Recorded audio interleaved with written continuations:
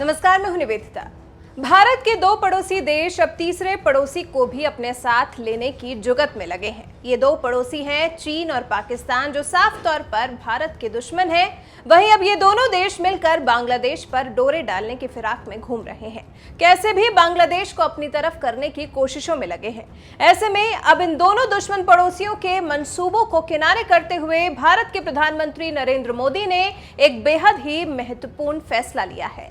भारत के प्रधानमंत्री नरेंद्र मोदी ने फैसला लिया है कि वो बांग्लादेश के 50वें स्वतंत्रता दिवस जश्न में हिस्सा लेने के लिए अगले साल ढाका जाएंगे। जी हां, 26 मार्च 2021 को बांग्लादेश के 50वें स्वतंत्रता दिवस के मौके पर बड़े समारोह का आयोजन किया जाएगा और पीएम मोदी ने इस समारोह का हिस्सा बनने के लिए हामी भर दी है।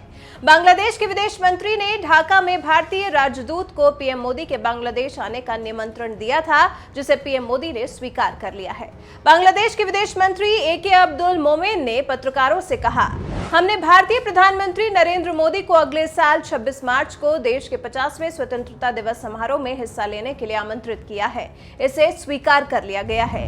इससे पहले मोमेन ने भारतीय राजदूत विक्रम दोरईस्वामी से मुलाकात की थी। कहा कि स्वतंत्रता दिवस पर भारतीय प्रधानमंत्री आते हैं तो हमें बहुत खुशी होगी।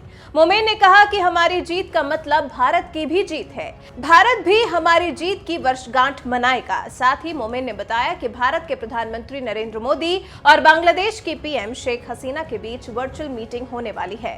भारत ने 16 दिसंबर को बैठक का प्रस्ताव दिया है, लेकिन हमारा मानना है कि ये एक दिन बाद हो सकती है, क्योंकि सभी लोग उस दिन बांग्लादेश में विजय दिवस के जश्न में शामिल होंगे। यहाँ जरूरी यह है कि भारत बांग्लादेश को चीन और पाकिस्तान की तरफ झुकने से रोके, क्योंकि चीन अपने अरबों डॉलर के बेल्ट एंड रोड इनिशिएटिव के लिए एड़ी चोटी का जोर लगा रहा है। इस परियोजना की मदद से बंगाल की खाड़ी में चीन अपनी पहुंच बनाना चाहता है। इस क्षेत्र में भारत के अंडमान निकोबार और विशाखापट्टनम समेत कई नेवल बेस और रणनीतिक ठिकाने आ रहे हैं। चीन का उद्देश्य ही यही है कि वो कैसे भी बांग्लादेश को बनाकर भारत पर चढ़ाई कर सके।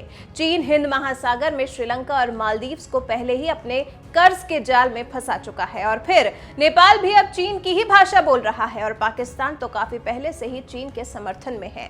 आपको बता दें, अपनी कोशिश को सच्चाई में बदलने के लिए चीन काफी पहले ही अलग अलग रणनीतियां बनाने में जुट गया था। चीन पहले ही बांग्लादेश में 26 अरब डॉलर का निवेश कर चुका है, जबकि 38 अरब डॉलर निवेश करने की प्रतिबद्धता जताई गई है। साथ ही बांग्लादेश उन देशों में भी शामिल हो गया है जहां पर चीन ने आधारभूत संरचना में सबसे ज्यादा निवेश किया है।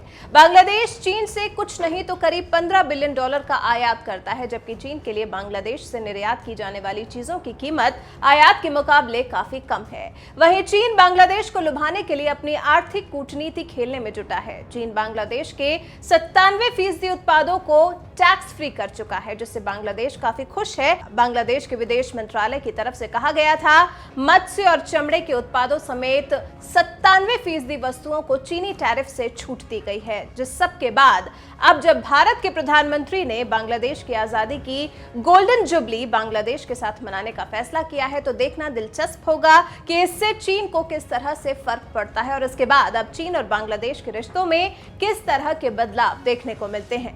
आपको क्या उम्मीद है? क्या भारत के पीएम के इस कदम से चीन को मिर्ची लगेगी? हमें कमेंट कर अपनी राय जरूर बताएं।